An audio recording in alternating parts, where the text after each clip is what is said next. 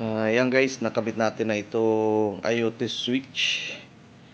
Yan, ganda na, maganda yung feedback. Ito naman yung feedback doon sa mga naunang bumili. Yan guys, kinonvert ko siya. Nakadaan nito, kapag nakabaylid ka na, madali lang siyang, di man totally madali. Pero di ka magkakamali sa wiring ng switch. Ito ng IOTO kapag nakabaylid ka din ng IOTO. Nirewire lang namin kasi kung mabili ka dito nang naka-rewire na para sa baylid, mahal. Samantala ang presyo lang nito yata ay 300.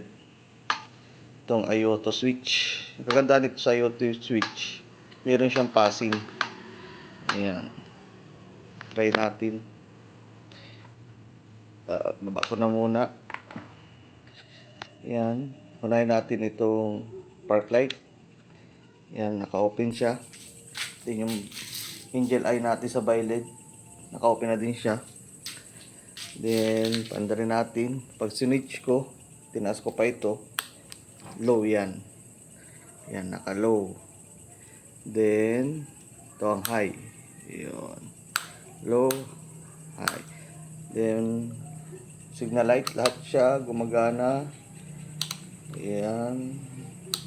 Ang wala lang siya guys is hazard. Pero madali man lang kung gusto. Ayaw ko naman guys mag hazard. And then kagandahan nito, pag naka-low ka, may passing pa din yan. Ayan. Kahit naka-low ka. Ito naman pag patay, may passing pa din. Ayan. Pag naka-low, may passing. Ayan. Ito ang kagandahan ng IOTO. Maganda kahit pati mabasa. Walang problema. Sulit dito ang pera nyo. Saka dito sa baylid na IOTO 65 watts. Yun.